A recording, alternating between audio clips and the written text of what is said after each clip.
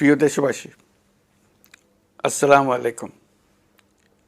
আমি আপনাদের সামনে হাজির হয়েছি অত্যন্ত হৃদয় বিদারক একটি সংবাদ নিয়ে।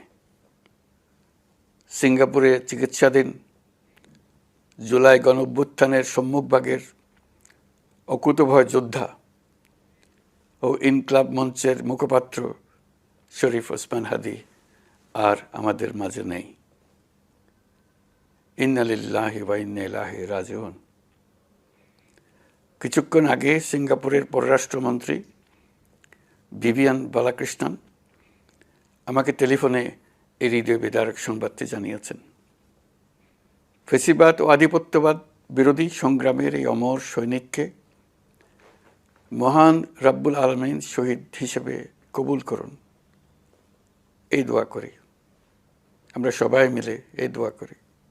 শরীফ ওসমান হাদীর এই অকাল মৃত্যুতে আমি গভীর শোক ও দুঃখ প্রকাশ করছি। তার প্রয়াণ দেশের রাজনৈতিক ও গণতান্ত্রিক পরিসরে এক অপূরণীয় ক্ষতি। আমি তার রুহের মাগফিরাত কামনা করছি এবং শোক সন্তপ্ত স্ত্রী, পরিবারের সদস্যবৃন্দ, স্বজন ও সহকর্মীদের প্রতি গভীর সমবেদনা জানাচ্ছি। শহীদ ওসমান হাদীর স্ত্রী ও একমাত্র সন্তানের দায়িত্ব সরকার গ্রহণ করবে। শহীদ শরীফ ওসমান হাদীর অকাল মৃত্যুতে আগামী শনিবার একদিনের রাষ্ট্রীয় শোক ঘোষণা করছি।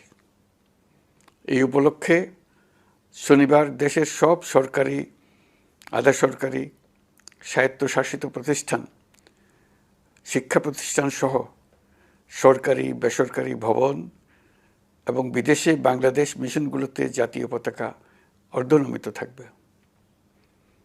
একই সাথে আগামীকাল শুক্রবার বাদ জুমা দেশের প্রতিটি মসজিদে শহীদ ওসমান হাদীর রুহের মাগফিরাত কামনায় বিশেষ দোয়া ও মোনাজাতের আয়োজন করা হবে। আপনারা তাতে শরীক হন। অন্যান্য ধর্মের উপাসনালয়গুলোতেও আয়োজন হবে বিশেষ প্রার্থনার। আমি বিশেষ কৃতজ্ঞতা জানাই সিঙ্গাপুর সরকারের প্রতি। তারা হাদীর চিকিৎসায় অত্যন্ত আন্তরিকতা ও পেশাদারিত্ব দেখিয়েছেন। বিশেষ করে সিঙ্গাপুরের পররাষ্ট্রমন্ত্রী ভিভিয়ান বালাকৃষ্ণন, যিনি একই সঙ্গে একজন বিশিষ্ট চিকিৎসক, তার প্রতিও। তিনি নিজে হাদীর পরিচর্যা করেছেন, আমাকে নিয়মিত চিকিৎসা সম্পর্কে খোঁজখবর দিয়েছেন। এই নৃশংস হত্যা